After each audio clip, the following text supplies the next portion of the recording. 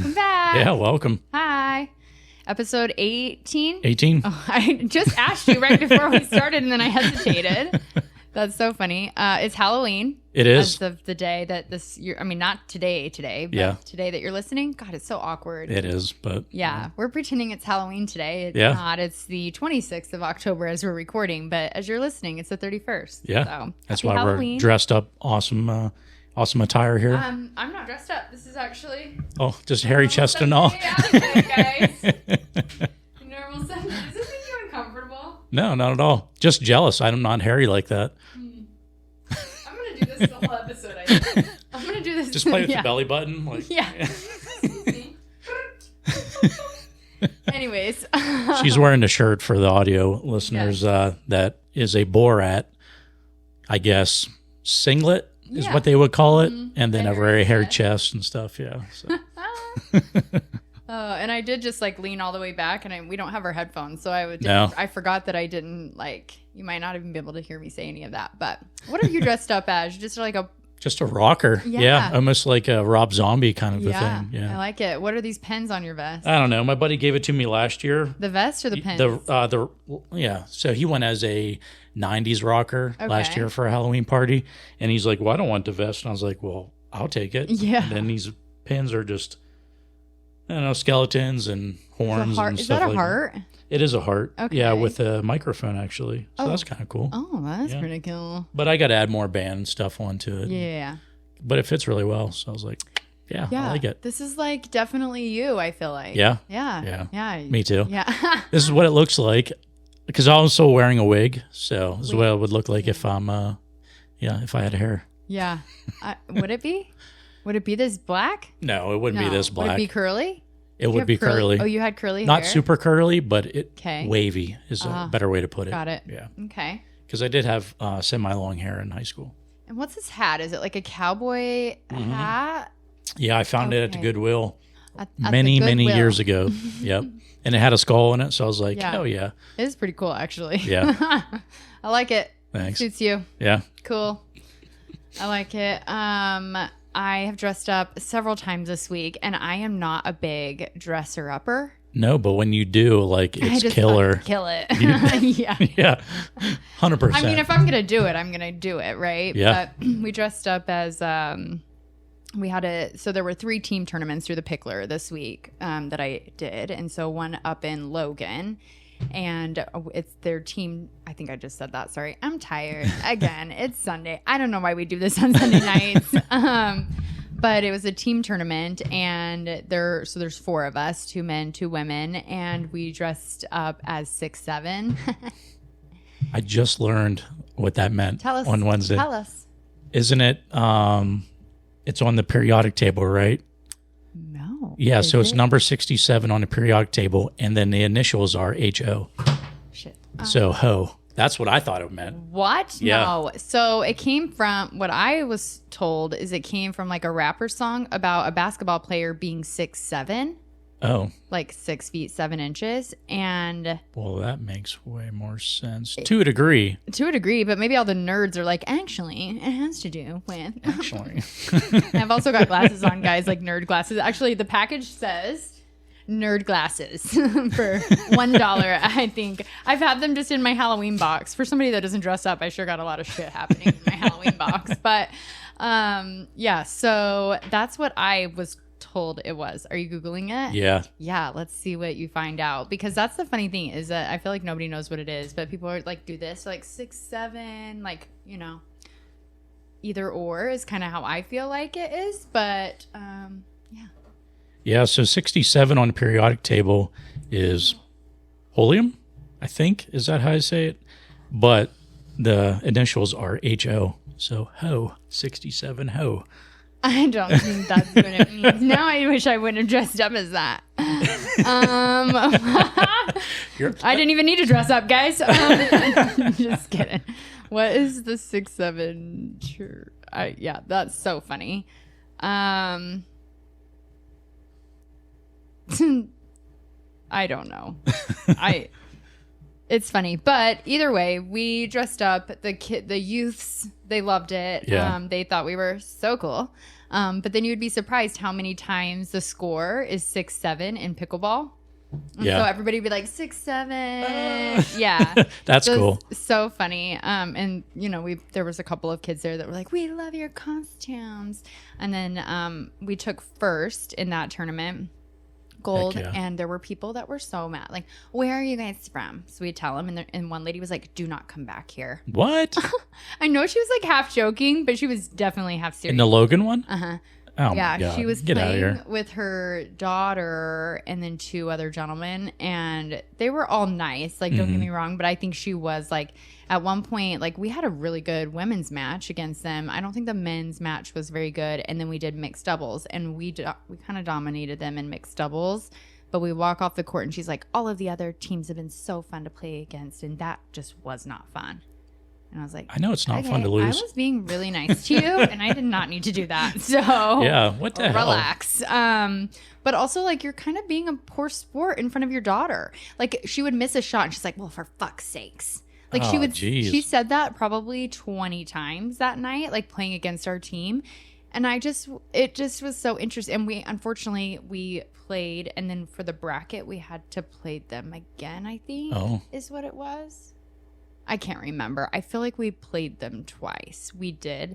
And then that's when she was even getting more frustrated. But I'm like, you're playing well. And so now, like, what are you teaching your daughter? And then they lost, so they were going to bronze, and we were going to the gold medal match, and she was getting ready to leave. Like, they were walking out, and I was like, you guys are playing for bronze. And she's like, no, I just want to go home. Wow. And I was like, your daughter is right here. She's 14. She was so good. She was upset, but I talked to her for a little bit. I'm like, you told me you've been playing for a year. I've been playing for 5. And you're playing at the same level as me already. So you're doing good. Yeah. And because that's what I was like, you played so well tonight. She's like, no, I did not play well tonight. I was like, no, you did. You're playing against grown adults who've also been playing for a lot longer than you. Yeah. So you're gonna lose sometimes. But I can see where she was getting her attitude because her mom was kind of like the same way. But then, so I think her intentions were to joke, but I don't think she was really joking. Yeah. One lady at the very beginning walked up to us, like walked straight up to me and Bonnie while we were talking. And she just said, where are you guys from? Like kind of abrasively. And I just stared at her because I was so taken back. And so Bonnie's kind of answering her. And I was like, you kind of came at us aggressively. And she's like, I know, but like everybody over here is like wondering like where you guys are from. Huh. And I was like, are we not allowed to come here and play? Like we're Pickler members. Is this unacceptable? Like it was so confusing. That's weird. But it was so fun to take gold. Oh yeah, just to rub it in their face. But yeah, so we took gold, and then I played on Thursday at Uinta with so in Logan it was Justin Bilodeau, Bonnie, and Austin, and then on Thursday I had Justin again, and then Brooke Sprouse and Tim Nguyen. So another really good team. Yeah. And we took silver though. Oh, okay. That was kind of a bummer. There was a team that was undefeated and they just played so good. And then on yesterday, and we didn't even really dress up as anything. I printed out like a paper that had like a rock on it, a paper that had like, I had 4 pieces of paper, one that said rock, paper, scissors, shoe. And that's all. Like, I just didn't have the capacity to like come up with another costume because I actually made my Halloween costume for yesterday's tournament. And the Macho Man Randy Savage. Yeah. Man, that was so good. Thank you. Yeah. So if you didn't hear that, it was Macho Man Randy Savage. Yeah. Yeah. It was killer. Thanks. And so I made that. I did like the fringe. I went and bought like a leather jacket and put it onto the sleeves. And then I made the actual shirt I was wearing. And it just like I had like a whole nother outfit that I had bought, and it was like a whole like one piece suit. It was all zebra print, and I was like, oh, this is gonna be so fucking awesome. And then it was see-through and not compressing, and so I was like, I'm not wearing this to play pickleball. So I returned that, but it was like perfect because it had like fringe, like layered fringe on the legs from like the knees down. It was perfect for it. I don't know what anybody else is wearing that for, but it was like highly rated on Amazon for women's going out attire. Oh, yeah. Clubbing Yes, I guess. attire, I'm I like, guess. I'm not going out in a one-piece zebra outfit, but Yeah, that's see-through. maybe that's why I'm not getting hit on at the bars. I don't know. Oh, geez. Actually, why I'm not getting hit on at the bars because I'm sitting there on my fantasy football team. I don't know if you saw my video. I did. I seen that. Yeah, I yeah. literally was sitting at the bar. My friends were like, we're going to go upstairs and go dancing. I was like, I'm not. And I said it, and they're like, are you going to be okay? And I was like, yeah. And they're like, don't leave. Stay in this one spot. And I was like, first of all, I'm an adult. Second of all, I have no intentions of leaving this spot because I got a good seat at the bar. And I didn't talk. I talked to one person, a girl who spilled her drink all over my lap. Oh, and geez. that's the only person I talked to. Well, her boyfriend as well, because he came over and he's like, are you sure you're okay? And I was like, yeah, it's fine. Yeah. It's just liquid. Like, it's fine. Also, clean it up. Yeah. Um, Dab here, Yeah. and here. Yeah. And then so yesterday, our costumes, it was Bonnie and she was Hulk Hogan. Yeah. And then Zach was John Cena. I've seen that. Yeah. Tim was Nacho Libre. It was so great. And so we actually won best costume. That's awesome. Team costume yesterday, and we got like Yola bags, like Very cool. pickleball bags. Yeah. So actually, I brought my pickleball bag inside today to kind of switch everything over. I've been wanting a new bag. I really want one of those forward bags. I'm not familiar with Oh those. my gosh, they're so nice. Like, they're just like so clean looking, so nice. But they're like $180 or something. And I think they have like a Black Friday special going on right now. But I work for the government. I'm not getting paid right now. So Yeah. that's actually my low. Yeah. So anyways, I kind of just went into my high. Yeah, Because you already knocked we it also out. took gold. And you went yesterday. first. Yeah, we Crazy. took gold. But listen to this. So the tournament started at 10 a.m. Guess what time I woke up? 10:05 a.m. Oh, shit. yesterday. I don't even know how. Like, I had a late night the night before, and I got home, and I had to still bake sourdough and finish up the fringe. And I was going to go to bed, and I hadn't even, like, cut some of the fringe on one of the sleeves yet or pinned them to the jacket. And I was like, no, I'll just do it now, and then I can sleep in a little. I set my alarm for 8 yesterday, and I woke up at 10:05. I have no idea how I even woke up because my alarm had already outdone its course and was no longer alarming me. It was like, bitch, we've tried. You're lazy. Get up.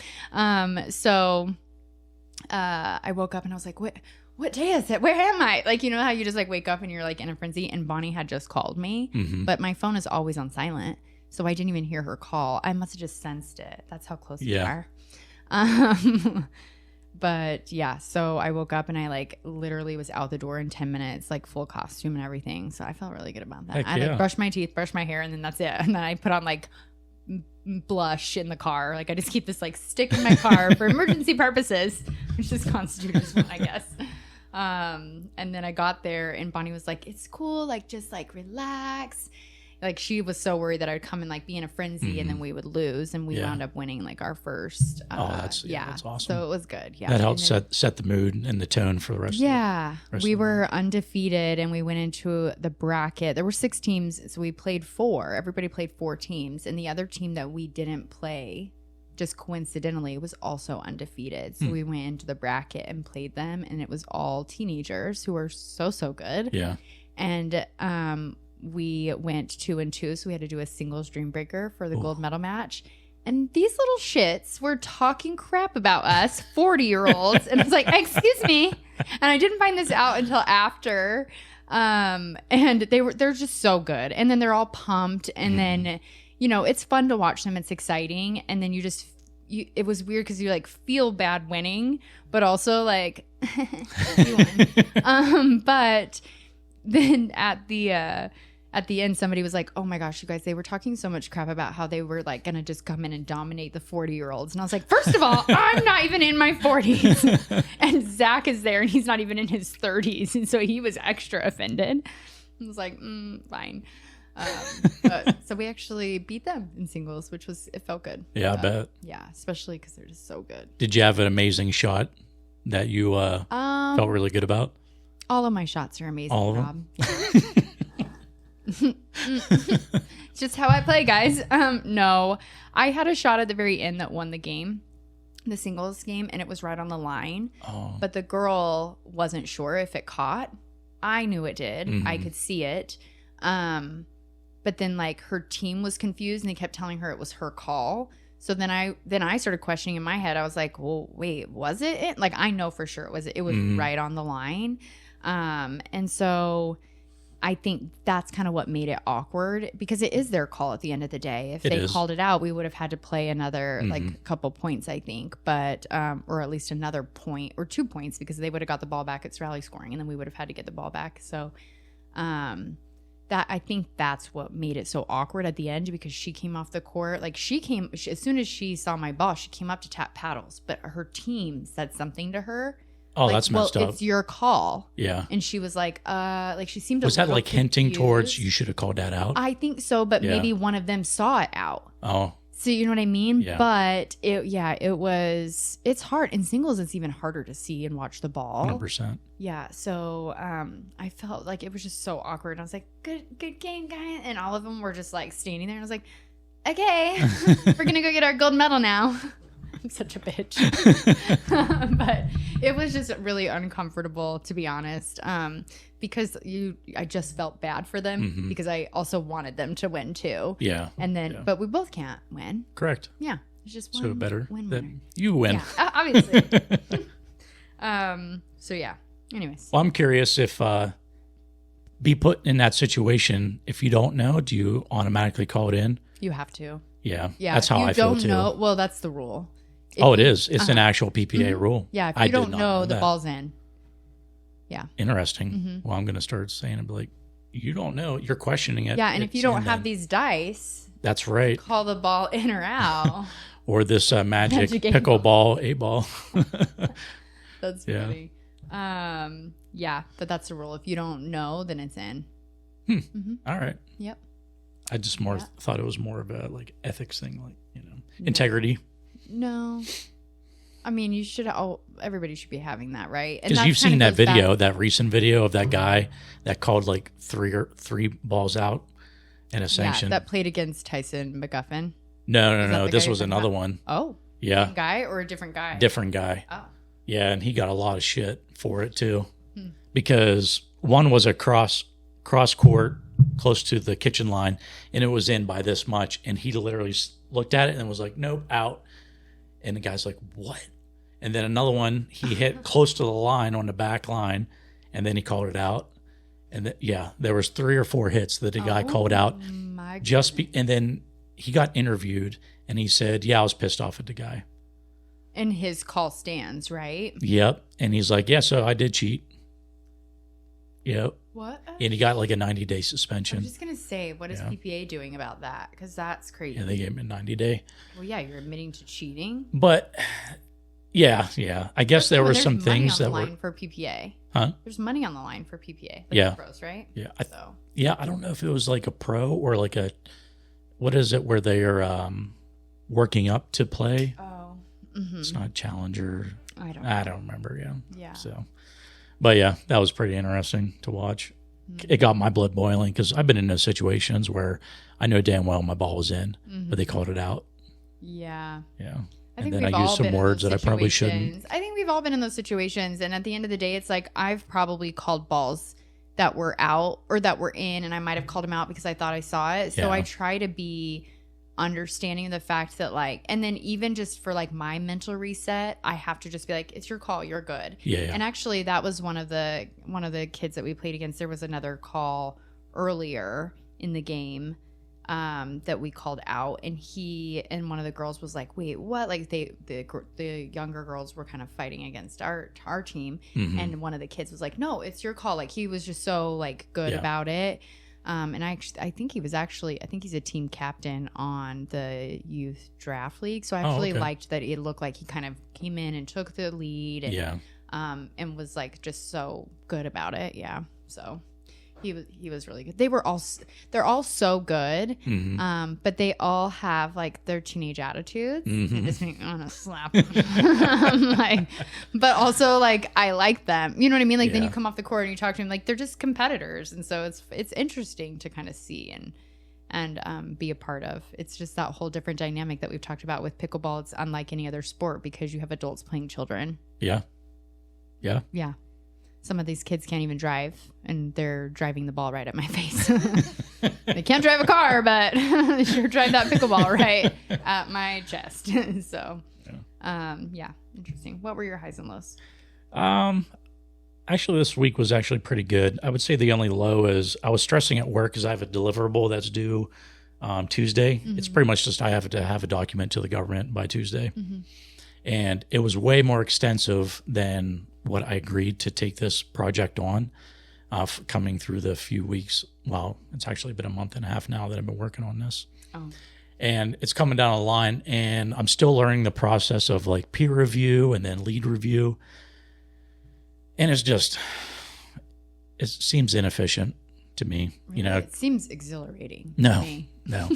So like for peer review, I have to send it to 2 or 3 people. They send their comments back. I adjudicate them, which is dumb. Why can't they just make the changes themselves that they want? Right. You know, it's more or less like, well, you should do it this way, or you misspelled this. Thanks. I'll change that T to, you know, whatever it needs to be. It's dumb. Yeah. But it is what it is. Yeah. And so I was just stressing because it's coming down the line, and I just sent it up for lead review Friday, and I don't know what to expect from a lead review. I never had to do one before, or I never had one come back from a lead. So I'm expecting it as a military talk. It's going to get bled all over, right, with red ink in a sense, you know. Well, that's how you learn, though. That's how I learn, but under the gun, you know, with the due date of Tuesday, yeah. And then I'm assuming I'll get it back Monday to make all the adjudication and edits and stuff. So it's just annoying. But I'm almost a year at my job, and this is the first time I've done it. And so the first time that you've done it, I've had to, in a sense, send stuff up for peer review, lead review, and then deliver the product. Yeah, because I feel like, I don't do your job or anything, but I feel like if something's due on Tuesday, then it should be due to your lead like a week before. Exactly. Okay. But that stuff wasn't really taught to me. I think I read over that in a PowerPoint slide once early when I first started last year. But I'm not going to remember that shit. No.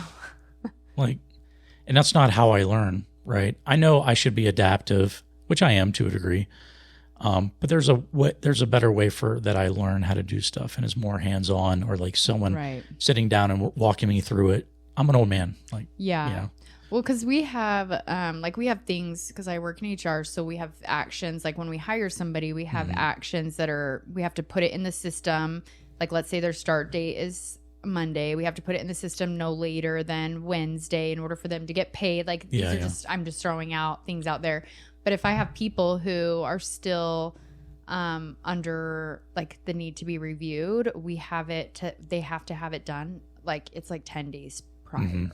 So that it gives their lead enough time to review all these things and make those little red marks then send it back to them. They make the adjustments. They send it back for another review, depending on what level they are, right? Like we're not having people that have been on a review for a year send it back again. But people who don't understand, they're brand new and they don't understand the changes that we're asking them to make, we send it to them. We give them like all the resources, and then they come back and we make sure that they actually made the changes appropriately, especially when it comes, we're doing hiring though. Like we're, making mine sure was people are technical getting paid orders. And so it might be a little different.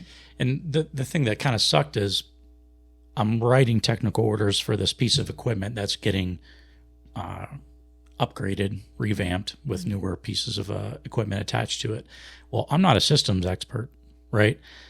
I don't know these pieces of equipment, and then the adjudication comments I'm getting back are like, well, this shouldn't go here because of this. And then I'm dealing with engineers who write a whole paragraph on why, back history and stuff like that. I'm like, this is way out of my job knowledge. Like, I have no idea what you were asking me to do here. Yeah. And then I'm supposed to reach out to like these other people who work on this piece of equipment that's getting attached to it. And it's just like, why aren't we bringing all these people together to rewrite this instead of, sending out all these little individual emails that gets lost in the fray? And then I'm waiting 2 to 3 days to get this email back. Right. That's eating up more time that I have to, it's just, Yay. It sounds inefficient to me, and Yeah. maybe it is, maybe it isn't. But it's just things I have to adapt to that I just don't like. Yeah. I don't know what sounds inefficient to me is having a job. Yeah, no shit. Well, and I say that, like, I've had, since the 8th off. So the agency I work for, we had to work the first 5 days of the shutdown. Yeah. So I've only been off technically, but this was the first pay period I didn't get paid. Excuse me. So that was kind of weird. Yeah. But yeah, I think that's just been fun. I don't remember where I was going to go with that. Sorry. But no worries. Yeah, having a job has been like my arch nemesis this year since having to go back into the office. I just feel like that's so inefficient in itself. Yeah. When I feel when like you could work better from home. I was way more productive. I'm too talkative to be working in an office. Sorry. That was the only thing I ever got in trouble for in like junior high and high school or elementary. Yeah. It was the only thing. Like my parents stopped going to parent-teacher conferences. We know what they're going to say. You have all A's, but you can't shut the fuck up. Like they just know. My dad has made jokes about that since I was like alive. Yeah. Since I was born. You came out talking. I'm sure I fucking did. I have a lot to say about nothing. Yeah. Yeah. So I struggle with the office. So it's been nice. And actually that's another one of my highs for this week. I had a really good week. I think this kind of goes hand in hand with the 4 pillars that I have talked about that I do, or that I attempt to do every single day. And one of those is, I'll just list them again. It's working every day, play every day, connect, and give. And so I have been able to like have coffee or breakfast or like meet up with somebody just for like a quick whatever. Mm-hmm. And I've had like a list of people that I have like, for as adults, we're like, oh, we should grab coffee. Oh, we should do this. Like, oh, how many times you say this to people and then you never see them. And 2 years goes by and I'm like, hey, remember me? Would you like to have coffee with me this week? Because I don't have a job. So that's been nice. I actually did something with somebody every single day. And then I made another, what is it? I think I'm up over 40 loaves of sourdough since we went into furlough. Wow. So I'm really exciting, guys. I live a very exciting life. Actually, yesterday I got home from the tournament. I picked Stevie up from daycare and I get home and I was FaceTiming with a friend and she's like, well, I know you don't like concerts, but do you want to go to Maroon 5 tonight? And I was like, actually, you know what? Fuck it. Let's go. I'll go. Yeah. I was like, I'll meet you guys. Let's go. So I went to Maroon 5 and we actually got upgraded to floor seats like when we got there because she's a veteran and they just were like, she just asked and they were like, yeah, sure. That's cool. It was so cool. Holy shit. That's really cool. I waited 2 hours and 13 minutes for Adam Levine to take his shirt off and then he did it. And he looked a lot better than this guy. But it was actually it was a fun concert. So I had a lot of fun and I usually don't, but I will say like my social meter kind of exhausted itself. Yeah. Because that's a lot of people and I don't like a lot of people. I love people, but that's it. My friends always make fun of me. So like, you always say how much you don't like people and your degree is human resources. That's what my job is. I love like meeting people and connecting, but then I like have like, I have a capacity and yesterday it was hit. It, like I mentioned, like, so we left there and I thought, great, we're going to get home. I'm going to have time to bake these other loaves of sourdough that I have. That I had a girl coming to pick some up this morning and I'll get some cuddles in with Stevie and I didn't get home till 3 a.m. and I had to babysit children today. Oh. So we left the concert and went to the bar and then that's what everybody was like, are you okay? And I'm like, I'm fine. Everybody leave me alone. I'm having a great time, she said through gritted teeth. But then we went back to a friend's house and us millennial 40-year-olds decided that we would do TikToks. So I'm like rolling around on the ground doing these silly like TikTok things. It was fun. We finally get home. I dropped a friend off. And I finally get home at 3 a.m. and I was like, what is the matter with me? I didn't go to bed till 5 and I had to be up and babysitting by 9:30.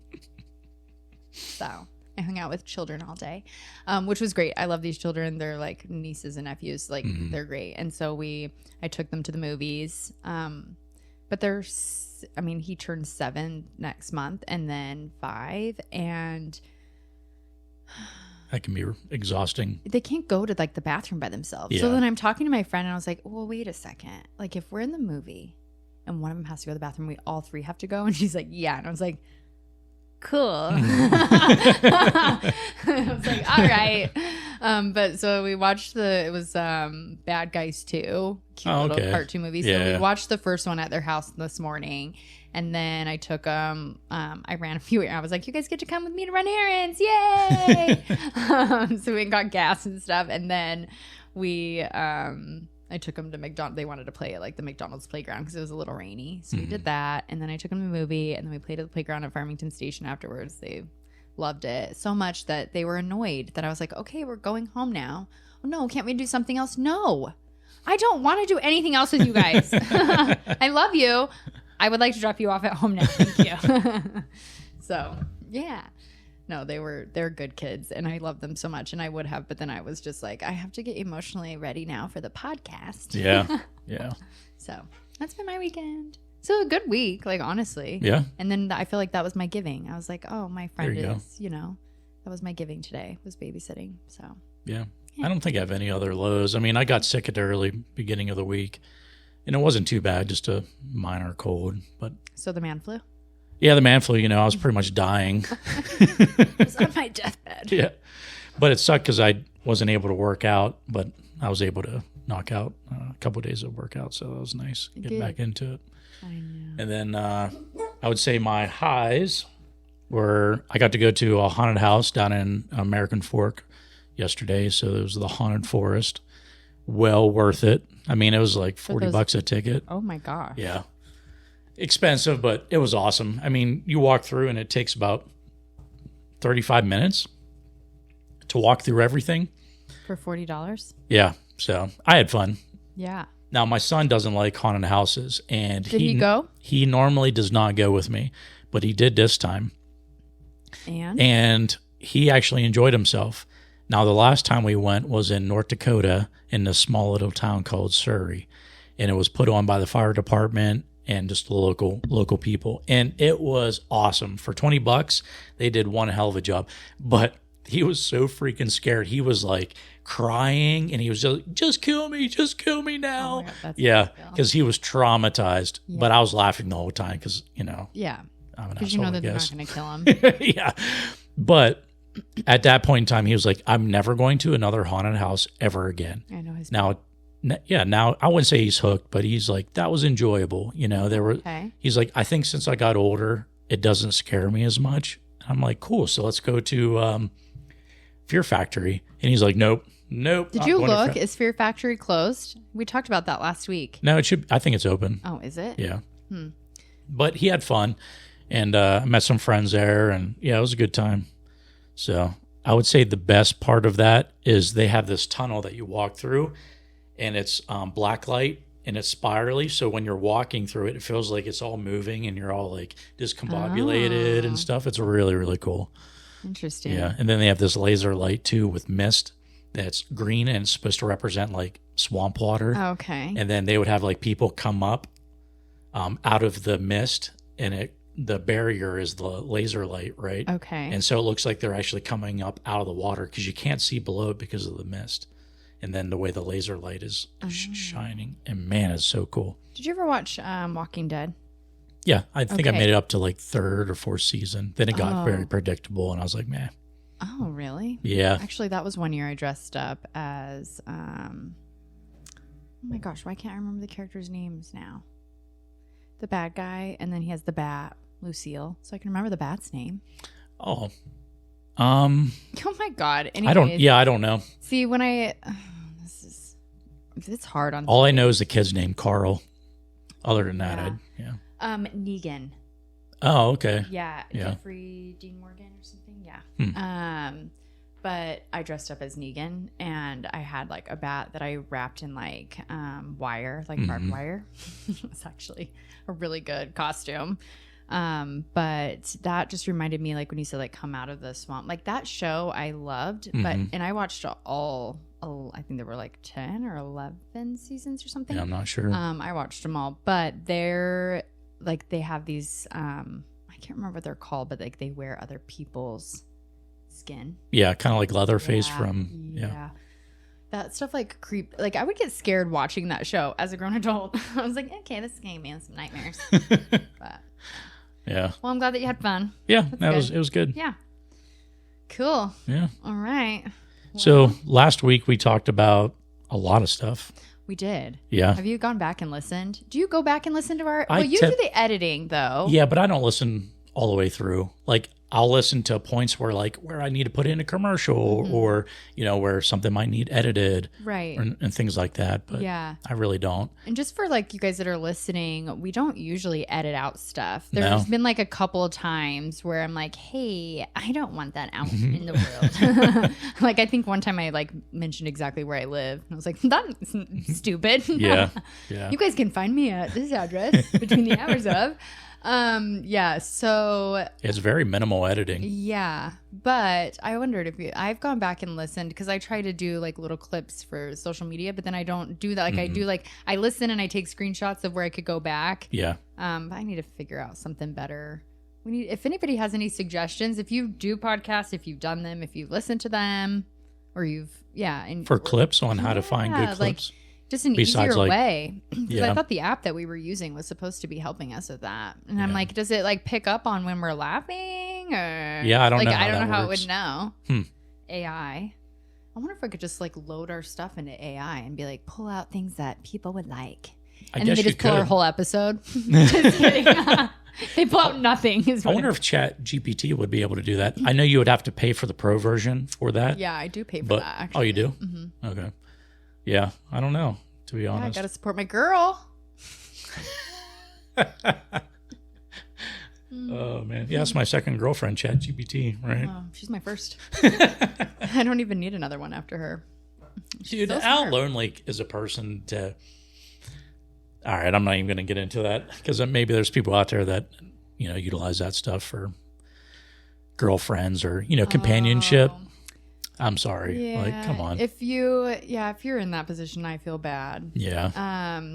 Although there's been some times Rob's like, I don't want to like offend anybody, and I'm over here like, yeah, would never. I always ask, write ChatGPT and say, tell me I'm pretty. See, I'm more like, so what year are you going to murder? And like, do you want to know what I looked up? Do you want to know what I looked up today?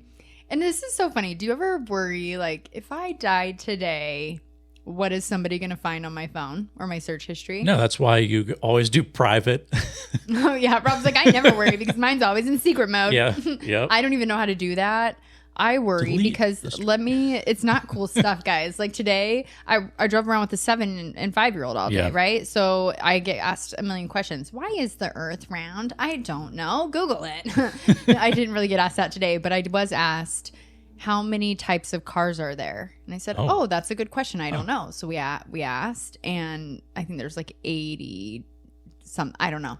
I honestly can't remember. I read it, and then he was like, okay, well, how many cars are there in the world? And I was like, I don't know. Let's see. And it was like 2.1 billion cars have been produced, which I thought was really interesting. But like, that's the information I'm Googling, guys. And sometimes it's, how do you spell? For me dish too. word. Or my son's like, what does this word mean? And I'm like, I can explain it probably, but it's probably not what it means. Oh, I was watching, have you watched Jury Duty? Have you seen that show? Did you ever watch The Truman Show? Yes, a long time ago. But I know the premise. Yeah, the premise is right. Like everybody is an actor except for one person. Yeah. That is a real life documentary type show called Jury Duty. I think it was on HBO. Don't quote me on that. But it is there's one guy that doesn't know that it's like, but they do like they interview him based on like their experience working on a jury or being like a part of a jury. And they talk, he said they were sequestered. like the judge sequestered them, and he's like, and so he's being interviewed, and he's like, I had to Google it. But I was like, that's words that I would have to Google, like just things like that. Yeah. But it is funny. Like I feel very proud that I got my degrees without ChatGPT. Like I don't even, what are degrees going to even be worth? I was talking about this with a friend the other day. Like I mean, if I don't know that you're going to be using ChatGPT to help you with your homework, what difference does it make if somebody has a degree or not? Exactly. I mean, ChatGPT can already pass the bar exam. Really? Mm-hmm. Interesting. Yep. So can I. It's crazy how quick. I mean, in the last 4 years, it's at a almost college level intelligence. Well, it would have to comparative to an infant. So when ChatGPT was it GP4 came out, now it's at, I forget what level, but within a 4-year span, it's already been able to pass a bar exam, medical evaluations, and stuff like that. I've been going on this AI rabbit hole on YouTube, but they're projecting that it should reach human level, adult level intelligence by 2027, and then by 2030, it should reach almost genius to superhuman level. Interesting. To the point where we might not be able to keep up with it. Which, a little scary. I know it's Halloween, so there you go. Little scariness going on. Yeah. One of your Casual Dinkers commercials. Oh, like, yeah. You changed My your Halloween voice, and I one. was like, I hate it. It's so creepy. It creeped me out, which is good because that's the whole point of Halloween, which is probably why I don't love Halloween, because I don't love the creep. I don't like to be creeped out. But I have asked ChatGPT like what my IQ is, and then like I have a statement that a friend gave me. He's like, put this in and ask it what, like, just like this, like, give me like hard and fast what you think my IQ is. And I can't remember exactly like what I'll have to send it to you.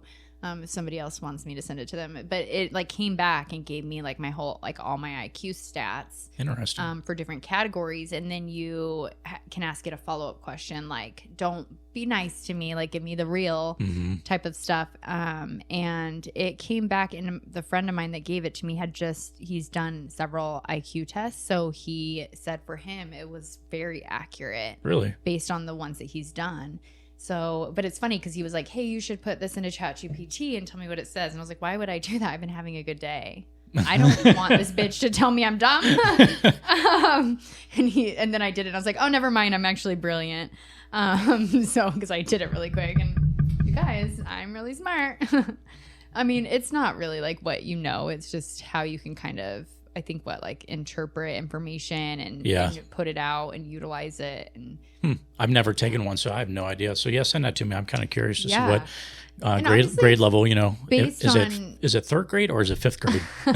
Well, it's based on like the thing. I mean, you would have to be using ChatGPT, I think, to have this work, right? And have it give you like a good assessment. So if you're somebody that uses it pretty regularly, I think because I'll like draft up emails and then I put it in. I'm like, hey, tell me. Oh, okay. I don't. Or I just use it for business stuff. Yeah. It's really nice. So I'll send you the verbiage that he told me to put in, and it's really interesting. But anyways, that's a rabbit hole. But I think everybody's interested in ChatGPT or AI, and I've used it. I'm funny, guys. Apparently, I watched an interview, and they're the lead owner of ChatGPT or the lead CEO of the company or whatever. They're allowing explicit material to be starting to be generated come December now on ChatGPT, which is ridiculous. There's another app that does that. What, Foot Finder? I actually don't. Here we are, back at the Foot Finder. I don't have an obsession with feet, guys. I actually don't like them. Rob is the one that keeps ringing it up. Let's say that. Yep, always. No. I just know that there's something out there. Yeah. I don't really want to get into it. Somebody sent me it's not needed. Like, come on. Like, there's plenty of people out there doing porn. Just watch that. Yeah. They need the support. Did we ever find don't use ChatGPT, guys. Support your local porn stars. Didn't we look up and there was supposed to be like the Dink or something. Like wasn't it through like OnlyFans or something? Yeah, I wonder if that ever came out. I don't know. I'm not going to look it up. Oh, yeah, same. I would never look it up. Same. I would never look into that. Anyways, yeah. I know. Yeah, we were kind of all over the place last week, and we did. We talked a lot. I thought it was good conversation. It really was, and yeah, I mean, we got into a lot of heavy stuff, at least on my end. Yeah. I think you tiptoed, but yeah, I don't know. Is that something you want to? I think you're just. I'm more willing and open to share that kind of stuff. Does that mean that I'm over it? That's something I was kind of considering or thinking about is since I'm more willing and open to talk about the trauma and the stuff that I've been through, does that mean I'm more over it than maybe another person? No. Or I don't know. Maybe I am semi over it. Yeah. At least on the surface, maybe not. Or maybe at a subconscious level. Yeah, maybe it's that you understand your feelings more about them. Yeah, my girlfriend would definitely disagree. And my therapist would probably I just mean like your feelings too. about those specific instances that you've brought up. Yeah. Yeah. I mean, maybe it's because I have forgiven my parents, but I know I won't forget, right? Right. That maybe that allows me to make it maybe it's easier for me to talk about without getting emotional, being emotionally tied to those memories and things. Even though I know talking about when I found my mom knocked out on the floor and stuff like that, or holding a gun to you pointed at my dad and stuff. I do feel the ache inside of me remembering those things, but I think talking about it, as any therapist would say, talking about it and getting out in the open is being able to some way release that emotional trauma to a degree. I think I will just say I think the biggest reason that I probably still don't talk a lot about every little thing or open up is because I have had so much emotional trauma that anytime I was open about my feelings or something that frustrated me or upset me in relationships that I was in, mm-hmm. I was told I was being a victim, like I was playing the victim. And so I feel like in sharing that, sometimes I don't want to be perceived as the victim, or I think I still hear that. So to me, I feel like probably, that emotional trauma sticks with you, which I think is kind of what I spoke to last week, where I probably sounded like a big dummy to say like, not that physical abuse and emotional abuse are so different, but they're also not the same. And it's almost like, I guess, kind of something I did think about this week, and because I think I made the comment that I feel like I would have recovered from physical abuse quicker than I would have than I have recovered from, or am still recovering from emotional abuse. And I think I correlate that to my mom died in a car accident. She died unexpectedly, right? And then I have friends whose family members died and lived through painful deaths, like cancer and just so they're like, oh, I almost feel like they'll tell me, I feel like my situation's better because I was able to say goodbye. And I'm like, yeah, you had to say goodbye and watch the person you love suffer for months, days, weeks, years. How is that any easier? Mm-hmm. They're both not easy. Yeah. They're both shitty. So it's just, they're just different. And I think that's the same with obviously emotional and physical abuse. They're different. They're both awful. But you can find the light, I guess, or positives out of it. I don't know. I just feel like for me, I feel like I appreciate you being so vulnerable, and I'm proud of you for being really vulnerable and opening up to me. We don't know each other still very well. We're learning each other and getting to know each other still, but you're speaking to people that are, literally on the other end judging us, right? Mm-hmm. I think most people are friends and family that are listening and they love us, but people, that's just what we do. We're humans. You judge people. And so, that's just going to happen. And so to know that and also speak vulnerably, like be vulnerable, knowing that is really brave. And so I'm proud of you for that. I haven't thank you. Gotten there yet.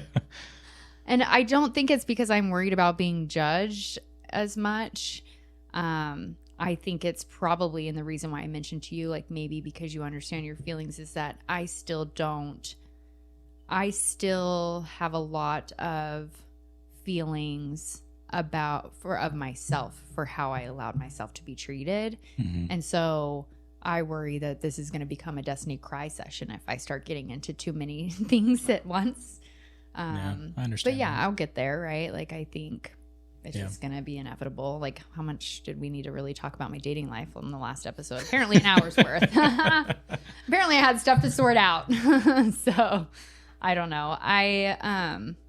So I know that there's people that can relate to both of our stories, and other people that have come on the podcast and shared their story. Like, I appreciate everybody that's done that thus far, because I know that there's people out there that can be like, oh my gosh, that's exactly what happened to me. I mean, you've gotten text messages already that people can relate and have thanked you for sharing your story, because they don't feel alone. It's how we build relationships and connections. So so thank you. So no, I don't want to share anything else. Okay. Well, I guess I can. Just kidding. I didn't say it like that, but yeah. I can. So since I shared my childhood, I guess I can go into my marriage and stuff like that, because I am divorced. We were married 5 years, and then it took 1 year of legal to be finalized on our divorce. We met in North Dakota. She was going to college, and I was still an airman. And we met through just some friends and partying together and stuff like that.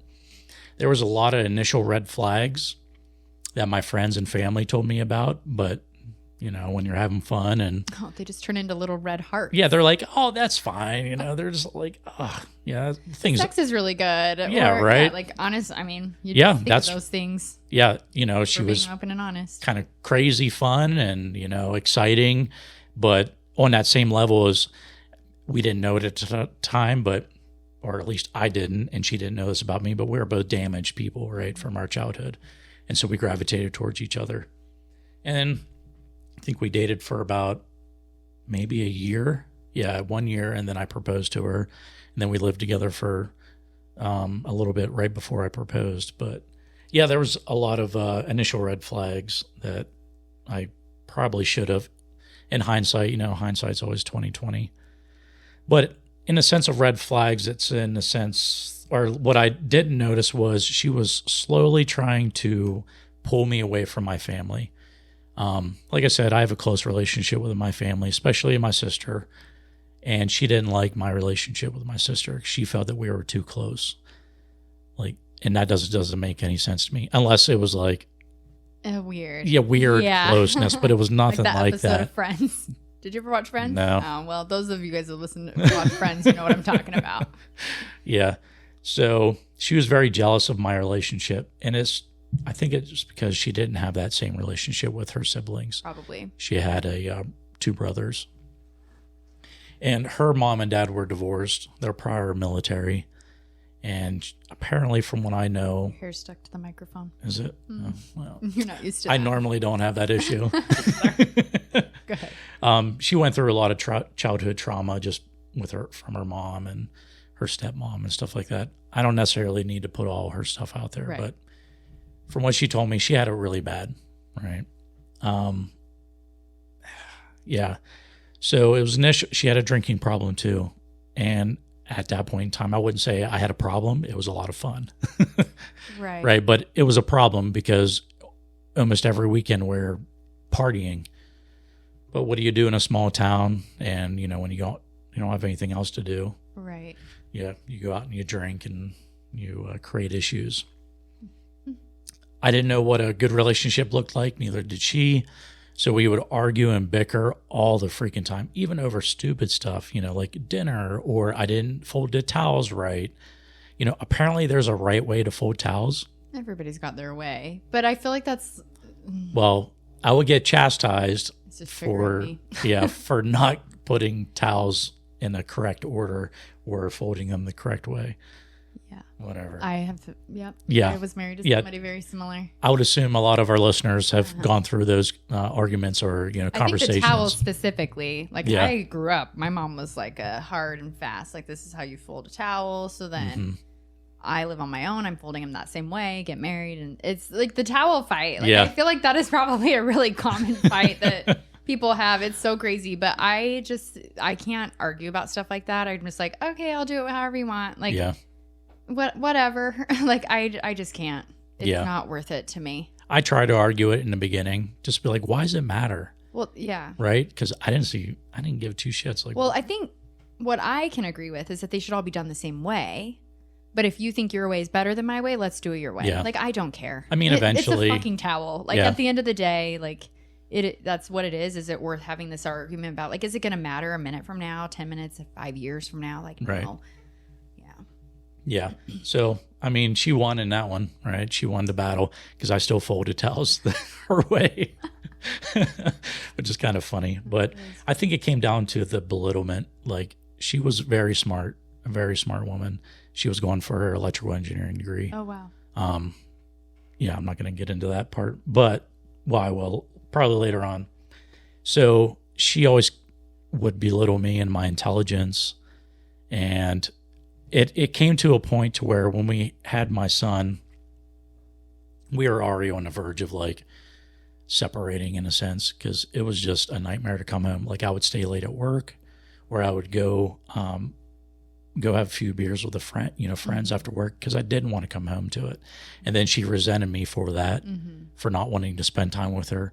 And I was still trying to mend our relationship, but keep my relationship with my parents really good, Right. because I didn't want that separation.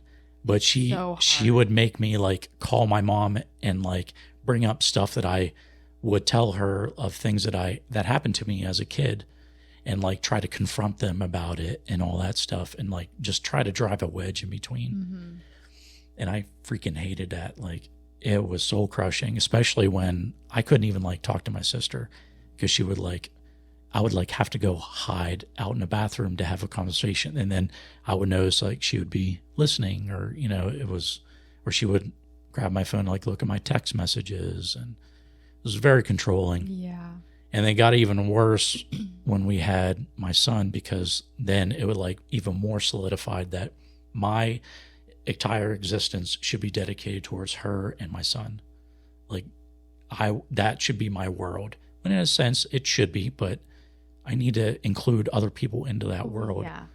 Like, after he was born, we went back to Pennsylvania, and my parents threw like a celebration of my son, and we had all the family over. She would not let any of my family touch or hold my son at all. What? Yeah, she's like, germs. Like, I don't want none of your family, because your families are dirty. Like, just total belittlement. Oh my God, no. And what do I do? Well, yeah. I can't mediate. Like, I have to like choose my wife in this aspect. I mean, we flew together. I have to go home to that. Right. And so I was mother of your son. Like, yeah, you're married. Yeah, like that's hard. I just had to apologize, in secret to my family and everything. And it was so stressful. Oh, yeah. I mean, that's probably why I lost my hair in my early 20s. Does it run in your family? Oh, no. No, not that I'm aware of anyways. And I'm assuming it's just due to childhood trauma and then the stress of that relationship and marriage. And, during this whole time, she was continuously drinking. And then before I got orders to Utah, we were sleeping in different beds. I wouldn't see her from Friday to like Sunday night. She would come home and she'd be out to bars all weekend. And from what my friends told me, she was like cheating on me almost every single weekend with different people. It was bad. She got arrested for DUI. I had to go bail her out. She lost my Jeep keys, and then everything in my Jeep got stolen. But it was my fault. Everything was my fault. I was the narcissist. Sounds like it. But, I didn't help in the situation. I can, it sounds like all woe is me. It takes two people to make a situation go bad. I wasn't, at that point in time, I was already like, well, fuck you. You're making me lose relationships with my family. I'm just going to be a complete asshole to you. Screw you. There's no way this is going to be saved. I'll bring in the paycheck. I'll help cook dinners and, keep the house in order. But I am not building on this relationship anymore. So why did you stay married? Why? Like in that mindset. And so this is, I have a couple of questions. Is it okay? Yeah, to ask questions? No, it's good because, it might help me elaborate or maybe think of things that I didn't think about. Yeah, I guess I've been counting on my finger. Yeah. I want to go back to a couple of things, Sure. just like what your thoughts and feelings are, because I have thoughts and feelings. But the sleeping in the separate bedroom, is that something? Did your parents sleep in separate bedrooms when they fought? Did they? No, not that I'm aware of. So when things were bad, is that why you slept in separate bedrooms, or we were working different schedules, or it was because she didn't work? She was a stay-at-home mom. Okay, so it's because you guys were not getting along. Mm-hmm. So at that point, you're in separate bedrooms. You're not connecting. You're ignoring each other. Did you feel like you had hope that it would turn around? Like, were either of you guys working on a way forward? We went to therapy a few times, couples therapy, but the therapist started focusing on her a little bit more in a few of our sessions, and then she quit. She's like, I'm done. Because she was potentially getting called out for things. Gotcha. Yeah. And she didn't like that. Yeah. Because she said the reason everything that went wrong in our relationship was due to me. And by the time I left for Utah, we both left for Utah, I felt like a shell. I felt soulless. I felt empty. I got put on SSRIs, which didn't help at all. It just felt more empty and more robotic than anything. Yeah, I have experienced that as well. Yeah, and so I got off of them just cold turkey. I think I did it for 3 or 4 weeks, and I was like, nah, I don't like this feeling. Yeah. I tried a couple, and actually one made me, because they were a couple at the same time, I was figuring out migraine medicine, and I think it was the migraine medicine that made me have a lot of suicidal thoughts and feelings. Yeah. So I came off of that, but yeah, I guess the different bedrooms thing, because that was one thing that my ex would be like, well, I'm sleeping on the couch. I mean, for weeks sometimes. And I'm like, what are we doing here? What is the plan? And that was, we would even have a guest bedroom. So I'm like, well, why aren't you in there then? So it was almost but he knew. So then I would be like, well, if you're sleeping down here, so am I. So I'm just going to sleep on the other couch then. Because to me, I'm like, we need to be that. It just seemed I get it. You're frustrated. Maybe one night, you just need a minute away. But I'm not. But that was normal for him. But his parents had separate rooms, but they worked opposite shifts for most of their careers. And so I think that was what was normal, because they worked opposite shifts. They needed a separate space. Yeah. So that was what was normal. I never saw that. So that wasn't normal for me.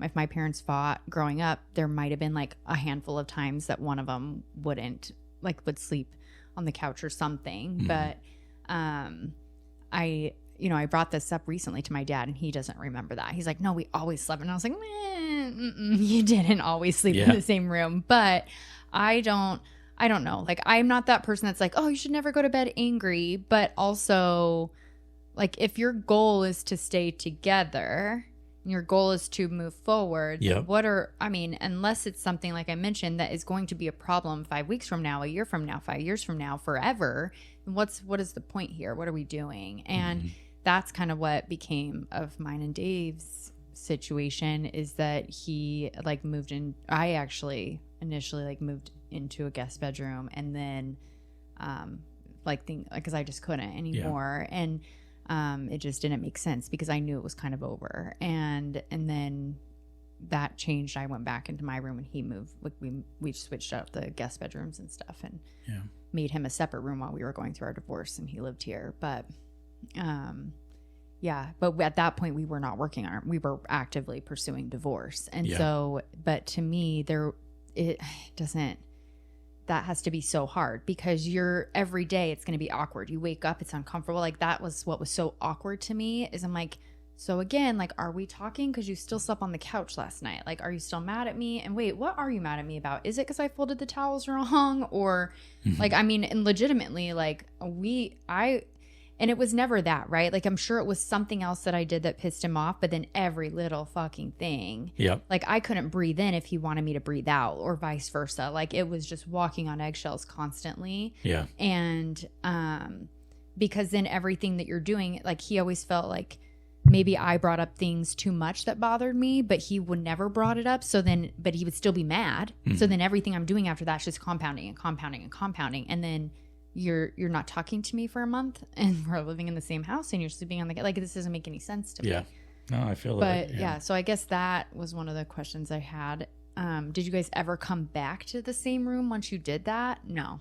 It was over at that point. Yep. I mean, see, I think she tried to mend it. So when we moved to Utah, she would go out and party on the weekends and stuff while I would watch my son and things like that. And at that point in time, you know, we were still pretty much drinking every weekend or, you know, at dinner and stuff, just because it was easier to kind of numb out your emotions and stuff and use that as a catalyst to get through the day. But you guys were doing that together? Every once in a great while we would. So when I worked out to UTTR, which is the Utah Test and Training Range. And so I was out there Monday through Thursday. And then I would come home on Fridays. She would go out to the bar. And then I would have my son, and then I'd probably have like a few people over, and we would have drinks and stuff like that, you know, play cards or video games or whatever. Okay. And then she would come home Sunday. Well, wait, she wouldn't come home all weekend? No, unless she needed clothes or something. Oh. Yeah. Okay. And then, so when we came to Utah, we were kind of already under the impression that we were going to get a divorce. Okay. But she would make comments every once in a while and like be really nice and pleasant with me. And then it made me see or feel that like maybe this was going to work out. Okay. It just be like a little bit of hope. Yeah. That, you know, maybe we'll work through it and, you know, stay together. Until like, and I'm skipping a lot of stuff. But still the berating of me, definitely psychological abuse, because she was saying I was a narcissist, I was bipolar. She would also say that I wasn't intelligent enough for her to have a conversation with. And anytime if I'd like overcook something, she would be like, see, you're so stupid. Or she would bring up the things that I did that happened to me in the past and use it against me. You know, to be like, well, that's why you're all messed up, you know, because your parents are, you know. And so the way I contributed to the negativity was I would be retaliatory with that kind of stuff. I would use the same stuff against her, you know, in a sense of things that she told me, and I would be a dick back to her. And so it was just a very toxic relationship, even though I loved that woman. Like, I'm sorry. It's crazy how much I loved her. I was willing to go through all that. And she's the one that filed for divorce. I didn't. I was going to willingly just put myself through that for the sake of staying in the marriage, try to work through it, you know, because don't they say like the first couple of tests of a marriage is like there's 3 years, 5 years, and then 10 years, or like the 7 one though, or maybe 7. I don't remember. Yeah, there's like certain time frames. Every year was a test. Yeah, years that are test years for your relationship and marriage. I had a lot of that same, like the criticism, like Dave would always tell me, and I they say it as a joke, but then he wouldn't let me do things because he didn't trust me to do it. And I'm like, okay, I'm not a fucking idiot. Like, I know I'm not stupid. Yeah. You know you're not stupid, but these people make you feel stupid. Exactly. And so, I mean, Dave would tell me I had little girl brains all the time. Oh, your little girl brains. Okay. Cool. And so, and I did not ever want to bring that up on here because I don't want anybody to use that against me in the future. Yeah, that's because fucked up if they would. Yeah, and he like had nicknames for me that just were like based on my weight, and they just were shitty. But so then those things have you questioning. Like the whole reason I did like my solo vacation, I've always wanted to do one, but he never let me plan vacations because he said I didn't know what the fuck I was doing. Like I know what I'm doing. I mean, I can plan a vacation. Like I can do that. But it was that I didn't do a good enough job. I didn't get the best deal. I didn't know who to call. I didn't know what to do. I would mess everything up. I'd forget a detail. And it's like, okay, maybe I did forget a detail, but so what? Like we're still going on vacation. We're still having a good time. What do you mean? Like who cares if I forgot one little luggage tag or something? Like it's going to be okay. Yeah. Like I think that was one of the things, like we went on a cruise and I didn't have the printed out luggage tags before we even got there. And I'm like, they're going to have them there. And that was like a big deal. And then, so then at that point, it's like every single time after that, like I never forgot another luggage tag. And guess what? This last trip I went on, I didn't print my luggage tags before because I know that they have them there.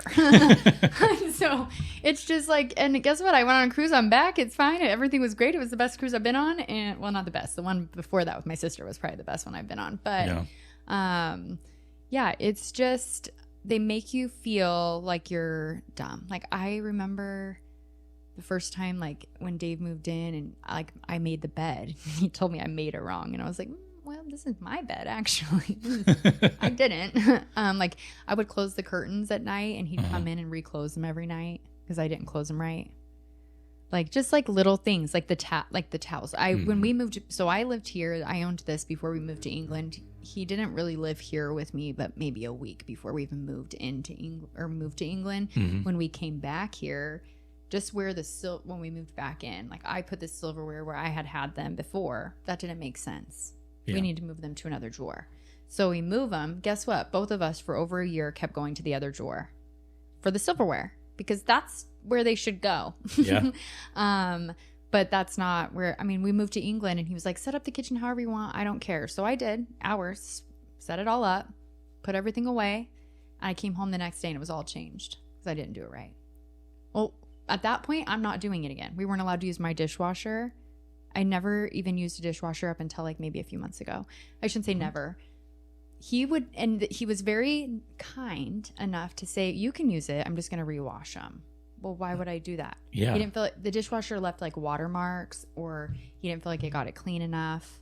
So we had to hand wash all of our dishes. And I remember we had this like drying rack, like a dish drying rack on the thing, and I hate it. I hate stuff on my counters. Right now I just have stuff on my counters. I can't avoid it because I don't have a big kitchen. Yeah. But I like that's stupid. We have a whole dishwasher. So I was like, hey, what are your thoughts on us getting rid of this drying rack and using the dishwasher not to wash the dishes? Don't get upset. Don't get upset. We're not going to do it to wash the dishes. We'll still wash the dishes, but we'll use it as a drying rack. I don't think that's going to work. I was like, I'm 100% sure it's going to work. I was like, how about we just test it out and we'll keep the drying rack. Let's just try it for a week and see. Guess what? It fucking worked because it's a dishwasher, guys. It's a dishwasher. I'm getting like re-mad right now because it's so ridiculous. Yeah. But, and I mean, that was the thing. Like, it was like, oh, you don't have to, you can use the dishwasher whenever you want, blah. And it's like, okay, but that's so stupid because I can change. I can conform. Like, I'll move the silverware where you want. I don't care where the dishes are.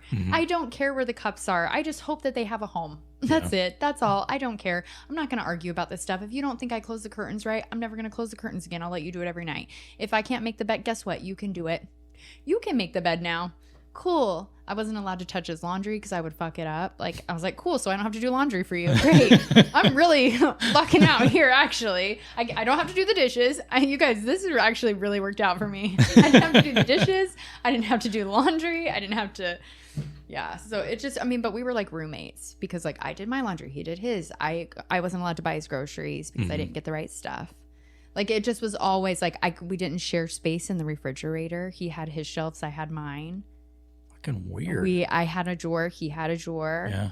Yeah. Like it was very much like a roommate. And he would always say that we're just like roommates. And I'd be like, no, like we're in love. We weren't. Joke's on me. There was no we happening there.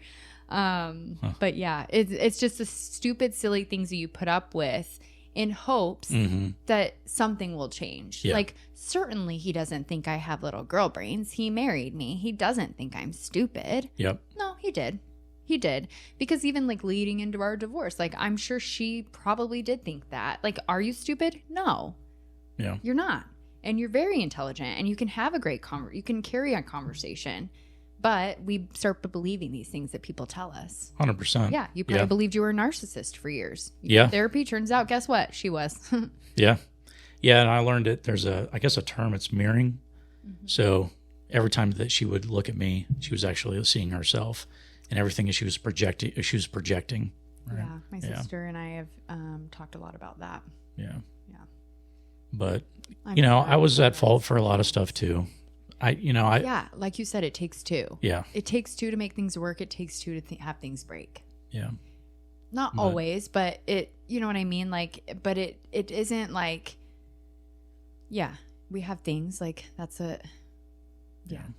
get it. But it came to a head to where things were finally moving towards divorces.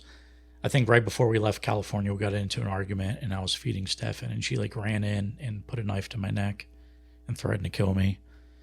And then we got to Utah and she was out partying all night and came home really drunk and it was just getting on my case of like, why don't I love her? And, why are we getting a divorce? And if I wanted to have another kid with her, and I'm like, fuck no. Like, why would I have 2 kids taken from me? Why would I do that? That's ridiculous. And so I was trying to put Stefan to bed. And then she came in like right in my face and was like yelling at me, and Stefan's crying. So I picked him up and he was in my arms. And she's like, well, how would I just go downstairs, grab the shotgun and shoot both of you and then shoot myself? And that snapped. I pushed her down and I tried to run to the neighbor's house and she tackled me. And that's when I realized like Stefan's going to get hurt here for me trying to leave. And so I was like, maybe I'll just call the cops. And so she took my phone, and then I kind of calmed her down. Like I got Stefan to bed. I was like, let's just talk about this. Like, let's simmer down. And then we had a long, like 2-hour long conversation and things were mellowed out. And at a point in time, I was already seeing therapy on base, and I brought it up to my therapist and she's like, you need to go to the cops. Like, this is unsafe. You need to go to the cops and make a police report. And it was 2 days afterwards. And so I did. I was living in North Ogden at the time. So I went to the police and made a police report. And she must have known where I was at because apparently, and I didn't find out this until later, she left and she said she was going to a job interview and went and filed a protective order against me and said that everything that she did, I did to her. Mm. And then I got kicked out of the house 3 weeks later on a protective order. So, and nothing came of it court-wise. They're just like, it's all he said, she said. There's no evidence, even though I had scratches on my arms that they took pictures of. And, so at that point in time, I was kicked out of my house in North Ogden. Luckily, one of my best friends let me stay with him, which was in North Ogden, just right up the road. And that's where the divorce, proceedings happened and all that stuff. And it took a year. So I was out of my house for a year, and then I would get my son on the weekends, every other weekend, and some holidays. Yeah, that was freaking hard. Like, yeah, because it was out of the blue. I was expecting, okay, I made the police report. I had the evidence of scratch marks on me and everything like that. And then I didn't know you could just go to court and claim something happened, and then I'm kicked out of my house and away from my son. But lo and behold, it's called a silver bullet that majority females do. They claim abuse just to get the person out of the house and stuff like that, to get the initial jump in the court system to make it seem like they're the bad person. Like, yeah. And the reason I know that I started at that point in time following a lot of father's rights movements, because she was also hindering my parent time through phone, like not answering phone calls when I had scheduled phone time or video chat, or being late to visitation to drop them off, right, or refusing to let me see them and that kind of stuff. And that happened all the way up until the point I got custody. And so that was 5 years later. And it started to get really bad because, like I said, I was using alcohol to numb the pain and everything, and then I wasn't seeking help. And at that point in time, I was already living in North Dakota when I got custody. But there was just a lot of shit that was going on. She was getting arrested. She was in and out of, she spent like 30 days in jail. I couldn't get emergency custody. She was seeing guys on and off, like just making being really risky and unsafe. My son came to me once, and this was why we're still in Utah, and he had a handprint bruise on his arm. And I was like, what the fuck? So I called CPS to make a report. And then the CPS, or whatever they're called here, is it DC? DC something or CFS? Yeah. They're like, no, he wouldn't really talk about it, but he would talk about this little cut that he got on his hand. I was like, is that not a marker to say that he's unwilling to talk about this bruise that he got, but he can talk about a little cut on his finger? Yeah. Like, well, I didn't think about that. They're fucking useless. Oh man. Sorry, I'm a little heated. It just, it blew my mind. Well, yeah, when you're worried about the safety of your son. Yeah. And they don't really seem to like ask the right questions. That's really it's frustrating. And I'm a pretty big father's advocate when it comes to that kind of stuff. And but anyway, so yeah, it was really a living hell. And I would get him on the weekends, every other weekend, which was awesome. We had such a good time. But then I would get accused of being a Disneyland dad.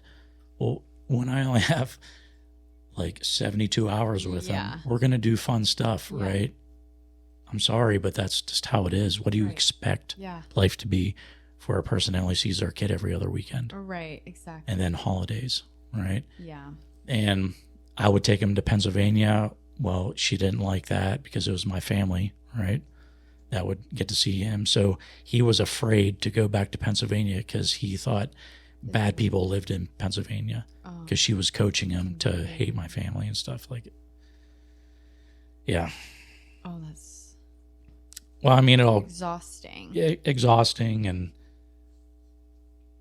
it got to the point to where my panic attacks and my anxiety, I think physiologically changed my body because I never sweated very much. Mm-hmm. But anytime that I would see like an email from my lawyer or I would get like a shitty text message from her, and I'm starting to get like anxiety right now, my blood pressure would go up. Could feel my heart like beat out of my chest, and almost to the point where I'd like black out. It was so bad. Oh wow. I would wake up with nightmares of my son like dying in my arms and stuff like that, and I still get those every once in a great while, or like, you know, just really horrible stuff. Yeah. I was just talking to a friend who was telling me the same thing, like about she gets like, when she first had her daughter, she was having like really bad, like nightmares that something really bad was going to be happening to her daughter. Yeah. It's crazy. Yeah. But it has to be like the stress, right? Oh, 100%. But your body does. Like, I know we talked about it last week, and I think I brought it up when Emily Bullock was on the podcast a couple weeks ago, was that book that's called The Body Keeps the Score. And it's like your nervous system. So the 6 months during my divorce that Dave lived, that we cohabitated, was awful. But once he left, it took me a long time to feel comfortable in this house. And like I remember, because my bedroom is right over the garage, and he parked in the garage and wouldn't let me park in the garage. So when that 6 months, like he was dating a lot, and so he was just coming and going at all hours of the day and night. So like 1, 2, 3 o'clock in the morning, he's coming home from whatever he's doing. Yeah. And so the garage door would constantly be opening. Well, once he left, I constantly heard the garage door, but I'm attached to other townhomes, right? So I would never know if it was their garage door open, but my body would immediately tense up the exact same way that it would feel when he was home, if I was home when he got home. Yep. And or like my dryer, you know, I don't know if all dryers do this, but I don't even know if this is supposed to be happening, but my dryer will like stop and then like fluff back up on its own sometimes. And so like it'll start back up. And when that happens, I'm like, who's here? But I have the MyQ app, and so I get notified when my garage door opens. Yeah, same here. Yeah, which I love that app. If you can control it from your phone, you can also give other people access. Like my neighbor has access and stuff. But anyways, like if my garage door would open, like my body, like I would start like to feel panicked. Yeah. Like, oh my gosh. But that was for years of even before our divorce. Like the garage door would open. I'm like, is he going to be in a good mood? Shit, I didn't have a good day, but I can't let him know that I didn't have a good day, because then I'm just complaining and I'm being a victim. And so I've got to pretend like I'm in this great mood. But then if I'm in too good of a mood, he's going to be annoyed. But if I'm in a bad mood, he's going to be annoyed. Like, so I just always had to be like this. He walks in and I have to gauge how his mood was. And then based on that, that's how I would live out the rest of the evening, which isn't fair to me or him, to be honest. But that's how we lived for years, like the whole time. Like, even like you said, the red flags, the same thing with my first and second husband. Like, there were so many red flags. For my first husband, they were glaringly obvious to where, like, the day before I got married, my dad said, you do not need to marry him. You know that, right? And I was like, I absolutely do. There's people who've traveled here. I'm not like, I have to. Like, it's probably just stress from having to get married. Getting married. Yeah. It'll be fine. And it wasn't fine. I should have never married him. And then, so like, kudos to anybody that's brave enough to like call off a wedding right before it happens. Yeah. Like, I worked with a girl who did that years ago, and people were so shocked. She was LDS. And I think that was like the other kicker was like, but she just knew. And I think it was like the week before, maybe even less days than that. And like, I think everybody was just like, oh my gosh. But like, she just knew, and she listened to her body. Like, good for you. Yeah. And, like, I wish I would have done that. It would have saved me a lot of pain and a lot of money. Yeah, but you might be in a different place than you are now. So maybe a happier one. when I look back at my situations of growing up in marriage and stuff, I wouldn't take it back.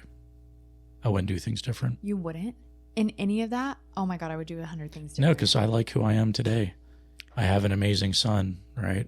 Yeah. And I was afforded the opportunity by bad situation of getting custody and being a good dad.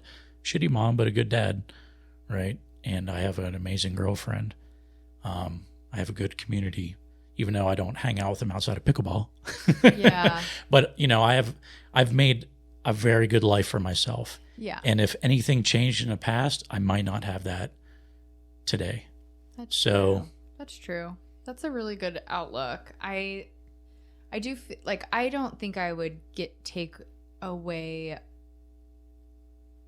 I think I would do things differently with my second marriage. The first marriage, I wish I could just like erase. It was really abusive, and I got nothing from that, like, except for a lot of stress, a lot of heartache, a lot of life lessons, I guess. So like, maybe I'll just take the life lessons, right? But then I turned around and did the same thing. Like, then I just like, I think that's what's hard too, is, well, at that point in time, it's like, is it me? Yeah, that's how I still feel. Like, And I don't think you should feel that way, but I understand that you do and can't. People do. People do. Yeah.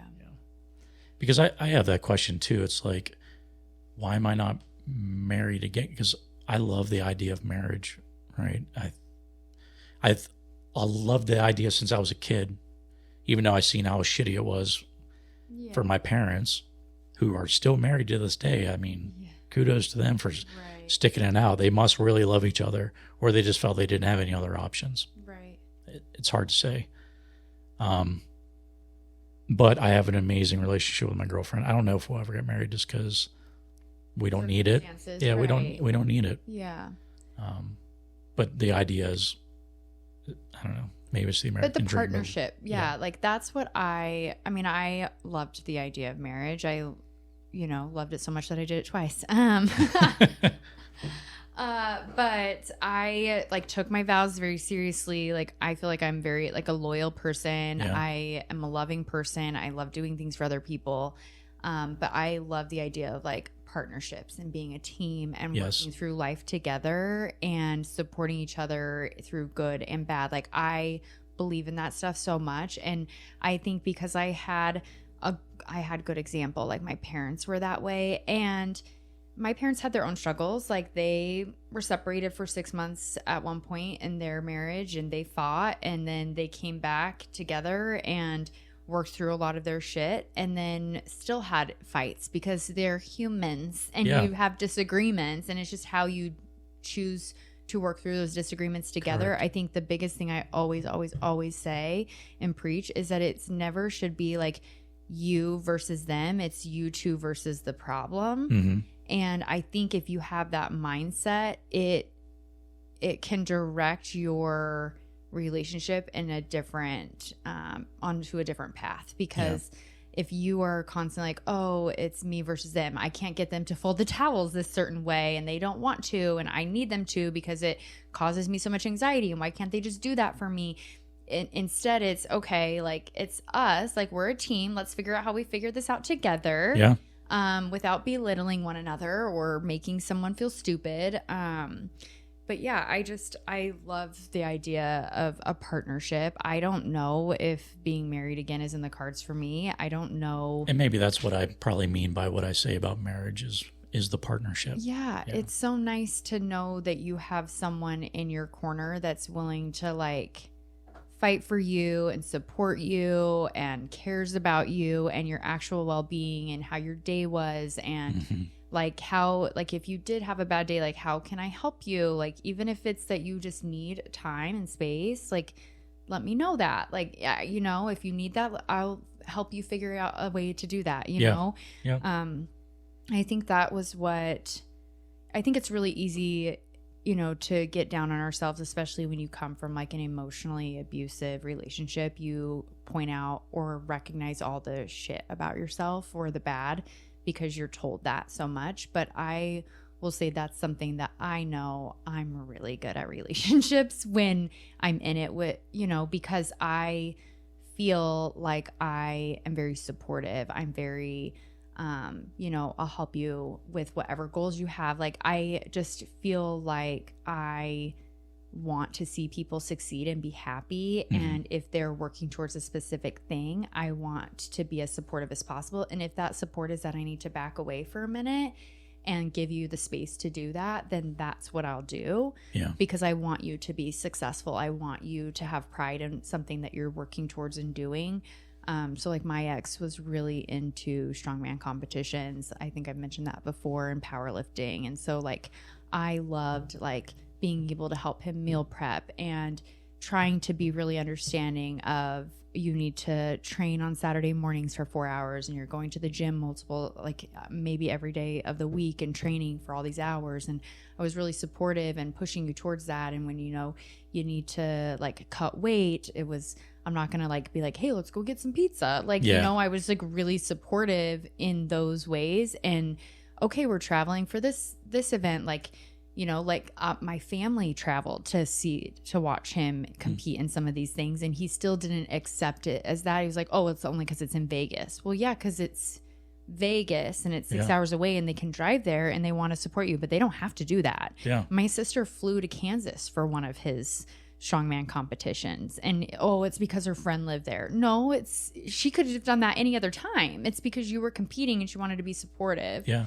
And so it was always, you know, something like that. But I just feel like that is what I can like really pride myself on, is that I'm that partner that wants to be really supportive, because when I love somebody, I'm like excited for them, and I want to do what I can to help them succeed and be happy. And I don't know, like, I don't think that like your happiness needs to come from me, but if I can contribute to it, I think that's what it is, right? Like, you know, if you're not coming in and amplifying my life in a certain way, then why are you here?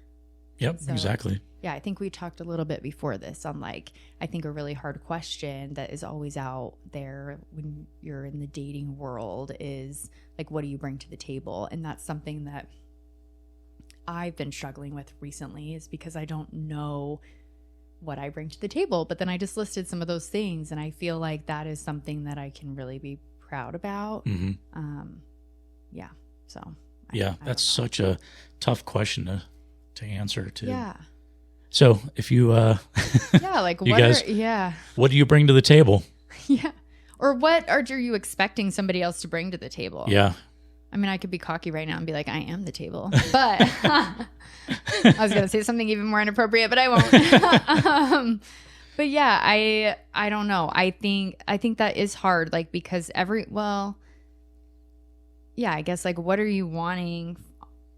What are you expecting someone else to bring to the table for you? Because everybody's wants something I mean, that's why we have different matches, right? Like, that's why somebody could be an amazing human and be a great partner, but they're not your partner. They're not an amazing person for you. Yeah. Like, that's why dating is so hard, is you're going out and you're meeting these people. And you, like I mentioned last week, I think it was last week, the dating journal that I've done, like some of those dating journal or some of these entries that I have for some of these people, like they're amazing humans. They're really, like, I met one guy at the beginning of the year.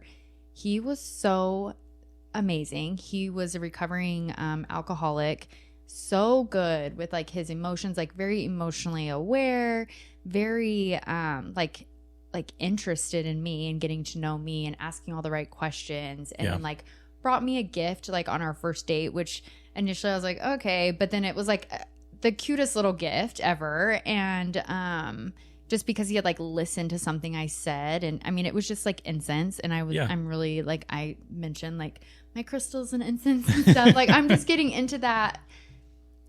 Or I had been at the beginning of the year, and I love incense. And so he just brought me like a couple of cute little packs, like, you know, nothing big or extravagant, just something really thoughtful, because he had listened to me in a conversation talk about that. I was into that. Details, right? Yeah. He was, he noticed, picked up on something. Exactly. Yeah. And I mean, he lived really far away, which was a big thing for me. And the fact that, so for me, like, he was an amazing human. And if I was sober, immediate match, like in every other way, but I'm not. And it's not, I don't struggle with alcohol, but I enjoy drinking. Yeah. I enjoy, and it was just, you know, cause I asked like, well, can you be around alcohol? And he's like, yeah, but like if we were hanging out at home, I would be okay if you were drinking, but then I couldn't like kiss you if you had just drank alcohol. And I was like, is he allergic?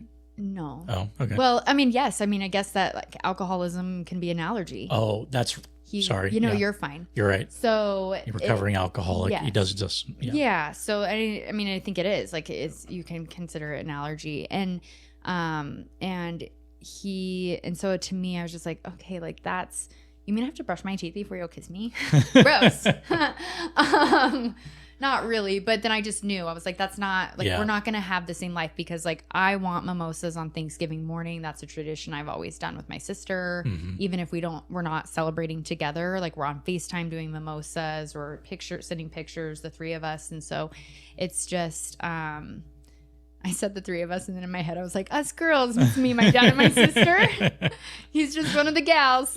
He's the best dad, you guys. My dad is so fucking cool. He's so fun. But anyways, so I just knew it wasn't going to work. But he's a great human. Yeah. He's just not going to be my human. And that's okay. Yeah. But there's so many things about him that I recognized I appreciate out of somebody I would be dating. Mm-hmm. So it was things that I realized, okay, well, I'm not going to settle for less than that. Like, he was so good about that, like, just so interested. Yeah. You know, and recently I had been talking to somebody, and he got to a point where he wasn't even asking me anything about myself or my day or anything. And I was like, what are we doing here? Yeah. And, you know, but that's the thing, is like, he had other things in his life going on. So it's like, you just kind of have to collect this data that I've talked about when you're dating, is like, what are you willing to accept, and what do you bring to the table? What are you expecting to be brought to the table? Like, I'm sorry, I'm expecting you to ask me how I'm doing. Yeah. I expect that. And I grew up with that. And maybe that's what the difference is. Dave never asked me how my day was. He did not want to talk about his day. He didn't grow up with that. I grew up, we came home, how was your day? Everybody talked about it. My sister and I and my dad and my mom were all the same personality. If you guys think I talk a lot, it was hard to get in. Like, I remember my sister had a boyfriend once, and he's like, he would just be like quiet and like disappear for a little bit. She's like, well, what are you doing? He's like, I can't get a fucking word in around you guys. And it's like, it's just because like we're all just so excited because we're so supportive of each other. Yeah. We're excited to tell each other how our life is going and what's going on in every detail because we value that connection that we're having or respect each other's opinions or suggestions like that. Those are my two first people I go to when I need help in my life is my dad and sister because I respect, they know me the best. They know how I'm going to react. I mean, they know how, what's going to be best for me and they actually want what's best for me. And so those are the people that you should be surrounding yourself with. And, I agree. And I think we're just all three. I mean, none of us live in the same state. So when we are together, it's like, like you're just going on. And I mean, it really is like, I will write like a list, like, oh, the next time I talk to my sister, we do this thing where we saw it on social media like a year ago and we don't do it as often as we should, but it's called Waffle Wednesday. And it's just, you're just like catching up with each other every Wednesday. But she, circumstances are like, she cannot multitask, so we cannot talk on the phone if she's busy. So we just do like little voice memos or whatever. Like I can have a headset in, be feeding Stevie, talking to my Nate, like doing a million things at once. My sister's not that type, so she cannot. She has to be like sitting on her couch talking on the phone to me if I expect her to like be engaging in the conversation. Huh. So my family is not like that. Yeah. Like I said, we can go months without even talking to each other. Yeah. It's crazy to me. It's weird. Yeah. Yeah. And no. Actually, my dad called me yesterday morning and I still like have anxiety that I haven't talked to him since. Like I texted him, I was like, hey, I'm running late to a tournament and I was supposed to be there 20 minutes ago and I'm just pulling into the parking lot. Is everything okay? Like, obviously I want to know that first. He's like, yeah, everything's fine. Good luck at your tournament. He's like, okay, bye. So. I'm getting a toy here. Stevie. Stevie. Yeah. Yeah. Well, like I said, I appreciate you sharing. It makes me feel a little bit more comfortable, I've noticed. Like, and it is like, it's the same thing. Like I've experienced it just in this conversation that we've had, things that you went through that I'm like, oh my gosh, that happened to me. I know that. The other thing I was going to ask you is what are your thoughts and feelings? You said that your ex would go through your phone. What are your thoughts and feelings on that? Like, do you feel like if you're with somebody, so let me just preface with, I was with Dave for 10 years. I never once knew the password to his phone. I never was allowed. I would never. Yeah, it's a red flag for me. Yeah, agreed. Because of now, like knowing what I know, but also like I do want. So I think he drilled into my head. Well, we should have our privacy. What kind of privacy are we talking? You don't want me to know what you Googled? Yeah. I know you're watching porn. I don't care. Like, what are we hiding here? Yeah. And then it makes you more curious and you're more interested in looking when you're not supposed to, because we always want to do things we're not supposed to do. Yep. And then you're perceiving certain things potentially. Yeah. Which, kind of, I wouldn't say ruins a relationship, but it puts cracks in it. Well, yeah, it kind of breaks that trust a little. Yeah. Yeah. Yeah. I don't like it. But then I feel icky thinking that I should have access to anybody. You know what I mean? Because he drilled that into my head for so long. But then I have so many friends that'll be like, oh, will you get that? And then they just like open their partner's phone and I'm like, you know his password? Are you are you like the best wife? Because that must be like amazing. I don't know. Like, I would be really curious if people are listening. Like, do you have your partners? Like, do you guys have access to each other's phone? Like, I have other friends, like, they literally will, like, I'm texting with them. They're like, oh, this is like Tim. Like, I've been texting Tim and it's like Jessica texting from his phone or vice versa. Like, I've texted her and he's been like, it just and so I just know that, but I like that. I like the openness. There's really nothing to hide. But then I also am like, okay, well, maybe. I don't know. No, I think there shouldn't be anything to hide between your guys' phones. Yeah. Right? Just clear your history. Delete the text messages to your family that you don't want them to see. Yeah. No, I don't have an issue with that at all. Yeah. If anytime Des would be like, let me see your phone, I'm like, okay. Oh, yeah. Here. Dave had access to my stuff. Yeah. Like, I never, like, he knew my password. Yeah. I was like, I'll save your fingerprint. Like, I'll save your face into my phone. Like, I don't care. Yeah. But I had nothing to hide. Yeah. And I knew that. And so then, but I mean, I get it. Like, not when you're first dating somebody. Obviously, I'm not going to be like, hey, I'm on the second date. You want me to see my phone? Yeah. Like, no. But I think like at some point there, yeah, of course you're entitled to some privacy until you're, and I don't know. I don't know.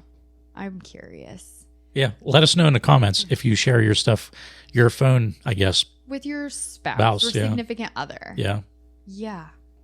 And why don't you if you do, or if you don't? Yeah, are you willing to share if that? You're willing to share. I don't think you're willing to share that. They're like, well, it's all started with Snapchat. I mean, I share my location with Des, and she does with me. So I'll spy on everyone. So I'll be like, oh, I see you're down in Salt Lake. Are you going to, do something? Or that's funny. Yeah. I share my location's constantly shared with my dad and sister. Yeah. And I think my dad forgot that he shared his location. That's right. I told you, I knew he was on his way here. And he's like, no, what are you talking about? I was like, I fucking know you're in Salt Lake. Damn it. How do you know that? Yeah. Des is like, you're boring. You don't go anywhere. It's fun. She's like, you're either a pickleball or your house. That's funny. Yeah. I shared my location at the end with Dave because he accused me of cheating a lot. But it's the projecting that we talked about. Yeah. And then he even went as far to say, well, how do I know that you're not just leaving your phone at the shed and then going somewhere? And I was like, and then immediately responding to a text message when you text me? Yeah. Well, how do I know you're not doing that from another device? I was like, you don't. But if you're that concerned, get in your fucking car and come to the tournament that I'm at.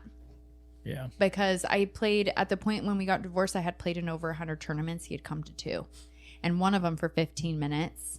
And one of them, and granted, he was gone for a lot of them, like out, like he wasn't available, but there was probably 80 of those that he was here for, or 50. Would I expect him to come to every single one of those? Absolutely not. Come for 15 minutes. Yeah. If they're at the Uinta Pickler, at the Kaysville Pickler, like we're 15 minutes away at most. Stop by for a second. Like, yeah. I don't know. It's weird. That was weird to me. It wasn't supportive. I didn't feel supported. He always made fun of pickleball. He always said, it's a sport anybody can do. Yes, it is. But it's something that your wife is passionate about and it's something that she cares about. So shut the fuck up. Like he didn't respect CrossFit either. And it's so annoying to me because that's what I did CrossFit when I first met him. And he's like, anybody can do CrossFit. And I was like, anybody can do strongman, Dave.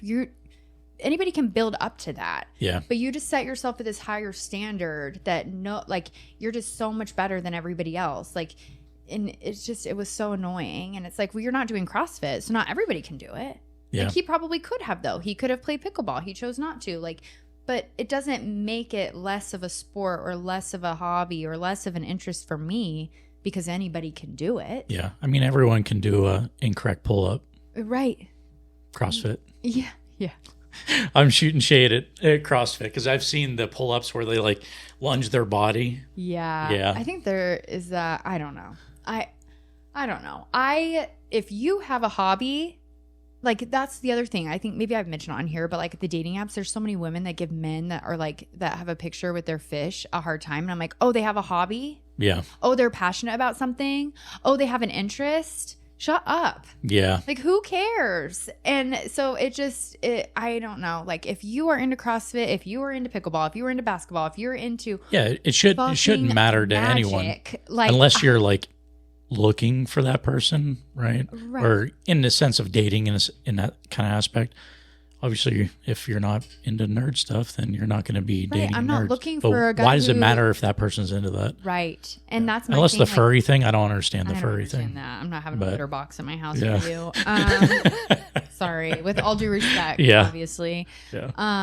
But I just feel like if you love someone and you care about someone, then you will support what they are passionate about regardless. Yeah. Like Dave played video games, computer video games, and like League of Legends.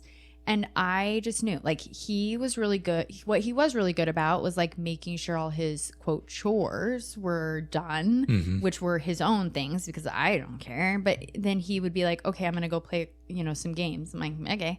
Like, I know that he needs to decompress from his day, and it gives me time. And so I've never been one that's like, oh, my God, they're playing video games. Like, I've never been annoyed by it. My dad used to get so, like, my first husband played so many video games. My dad's like, I don't know how it doesn't bug you. And I'm like, because it gives me my own time, too.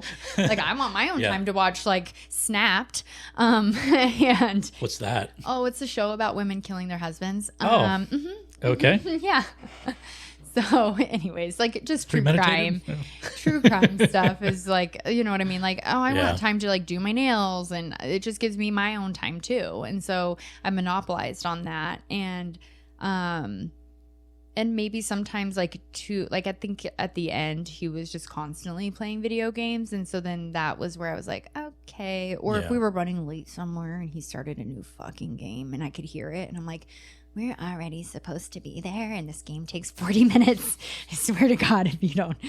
Like, I was like, I would get so frustrated. That's what I would get really frustrated. But I was never like, I had to tiptoe around things. So I'm never like frustrated. I mean, I was frustrated, but never like voicing like how frustrated in my head. Like I would just sit downstairs and just wait patiently. I was always the first to get ready though, which was like, you never talking shit about that because I wasn't sitting playing video games till last minute. That's why I was always ready. Do I remember correctly? Do you like being on time, or are you on time or are you early? No, I'm not on time or early.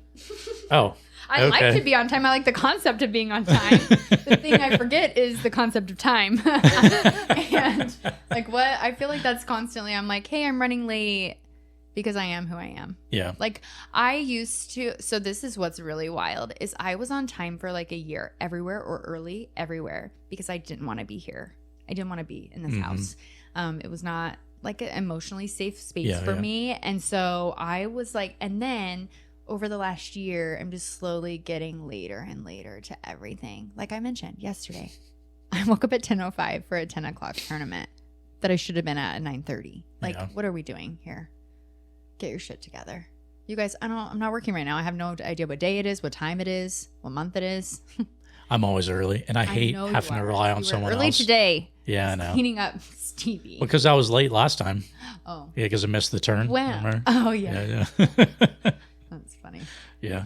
But that's the military, don't you think? I think it's definitely military, but it's also due to I don't like relying on other people because if they mess up my routine or they, so in the sense of running late to an appointment or something like that, I know I wouldn't miss it.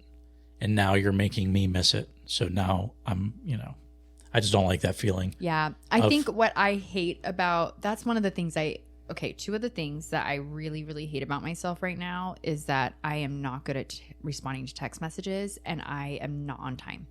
And those are things that I will be cleaning up because I give myself so much, I criticize myself so much internally for those things. And every single time I am like not responding to a text message or not responding or late, I just hate disrespecting other people's time too. And I think that's a big thing, right? Like even this morning watching my friend's kids, I was like, hey, sorry, I'm just leaving my house. I'll be there in 10 minutes, but I was 15 minutes late. And it's like, I'm now disrespecting her time. And her thing was like, no, you're fine. I'm slow moving this morning. And but it's like, yeah, but I know that you wanted to leave at this time. Yeah. And so then I just feel guilty. And that's a shitty thing, right? Is then it's the same with like not responding to a text message. It's like I value a lot of these people that are texting me and then I see their response and I don't have the mental capacity to respond in that moment and then I forget. Yeah. And so it's never because I'm not thinking about it, but then what happens is then I think about it in the shower and I have shower notes now because I need to remember things. But I think like I just have like I think my anxiety's been so high this year from work that I just can't some days. And so then I will like, and then people get mad because they're like, oh, well, you post on Instagram. Yeah, because I have the mental capacity to do that. I don't have the mental capacity to sit down and figure out what time works for me this week to meet up with you because I don't even know if I want to meet up with you. Yeah. Okay. And I'm trying to figure out a way out of it is what I'm trying to do. And now I can do that because it's been 3 weeks since I last responded to your text message and I've been sitting at the coffee shop for 2 weeks. So I don't, it's just, and that's not real. That's not what's really happening. It's just because I care about most people that are texting me. Right. But it's just, those are two things that I'm going to work on. You mentioned you're going to work on more accepting, tournaments and accepting compliments. Yeah, without trying to, I guess, degrade them. Just accept them. Mm-hmm. I noticed that you've done it twice now on the podcast with me, giving you a compliment. So I'm proud of you. There's your cue. Thank you. All right, we're almost at 2 hours. Yeah, we'll wrap it up. I just want to say thanks to everyone for listening to us. This past month actually has been really cool. Yeah. You know, Dinking Through the Darkness has been a really cool series that we've done. And hopefully we do it next year. Yeah, well, even in May, we can do it again. Yeah, let's do it in May. Another mental health kind of. And I wonder, like, if our tone will be different. Because I wonder if, like, we would have worked through things, obviously. Yeah. But we also, like, you're going into, like, spring and summer, and you're excited. Like, your things are different, right? Like, it's getting darker now, and we're like, man. I don't know. In case you didn't understand those sounds, that just, you know. The seasonal depression kind of thing, with more gloom. And even though Halloween, I like the gloom. I like Halloween. I love all holidays, to be honest, except for Easter. I could care less. Yeah. But Christmas, Halloween, I like love them. Holidays too. But I also, there's been times when I didn't, but I wasn't in like a good That's understandable. Space. Mm-hmm. Yeah. Merit. Yeah. It was hard because, we can get into that in a whole nother episode. But it just wasn't, they weren't good times. Yeah. No, I completely understand that. But it's been a really good series. Yeah. And thank you to everyone who shared their stories. Like, definitely because this is kind of a niche podcast. Like it's pickleball kind of mixed with mental health. Like continue to share those stories. I would love to share them. It doesn't have to just be this month. 100%. So if anything we say through, future episodes, or you finally feel like you've got the courage to kind of share, or because I think that's what's hard for me to share on here is I haven't even really sat down and felt my feelings through things. So why share it yet? So maybe you're in that same situation, and maybe journaling. I thought about that yesterday. I was like, I should probably be journaling more. And I think I would probably be able to work through some things a little better rather than be like, I'm going to make more sourdough and listen to Taylor Swift. So anyways, that's what I'm going to do as soon as you leave here. Cool. Not journal, sourdough and Taylor Swift. Well, November, we're going to be doing everything veteran stuff. So pickleball, veterans, mental health, that kind of stuff. And it's, I think I came up with what it's going to be called, but I can't remember. So serving this, what was it? Something, it was cute. It was like something about serves. Oh, man. Serving those who served or something. Yeah, something like that. Yeah. Yeah. Cute. Yeah. And I think we have a couple of people that want to come on. Yep. We got some guests lined up. First one's going to be really, really good. He was also a Major League Baseball player. Yeah. So, it's going to be awesome to hear his story and going through a veteran and being a Major League Baseball player and now playing probably one of the fastest, tallest person I've ever seen move on a pickleball court. Yeah. Yeah. Yeah. And he's so nice. Yeah. And then, got some more awesome guests lined up for this next month. We'll get Dr. Bullock back again. Yeah. She's a veteran. That's how I got floor seats to Maroon 5 last night. Thanks for your service, Dr. Bullock. All right. Yeah. Well, thanks, Rob. Yeah. Thank Happy you. Halloween. Yeah. Enjoy your holiday. Yeah. All right. All right. We'll see you guys later. Bye.